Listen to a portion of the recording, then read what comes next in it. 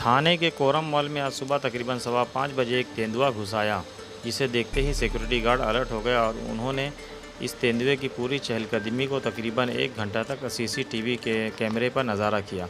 साथ ही उन्होंने police, disaster team और फॉरेस्ट अफसरान को खबर की। अफसरान के पहुंचने तक के तेंदुआ दीवार फलांग कर तब तक के पास के सत्कार होटल के बेसमेंट में घुस गया था।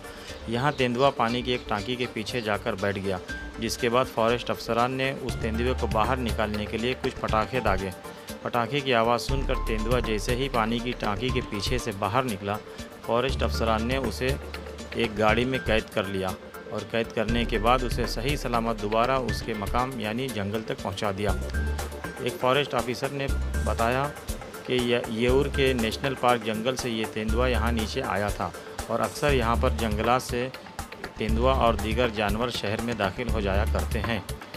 इस हालात को देखने के लिए स्थानीय आमदार प्रताप सरनाइक और पालक मंत्री एकनाथ शिंदे भी पहुँच चुके थे।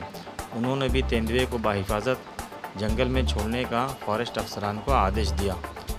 तेंदुए की खबर तेंदुए के मॉल में आने और उसे फॉरेस्ट अफसरान के पकड़ने की पूरे नज़ारे को देखने के लिए लोगों की ज़बरदस्त भीड़ उमड़ पड़ी थी, जिसके लिए पुलिस को भी बंदोबस्त देकर लोगों को दूर किया गया और इस तेंदुए को सही सलामत उसके घर तक येऊर के जंगल तक छोड़ा गया।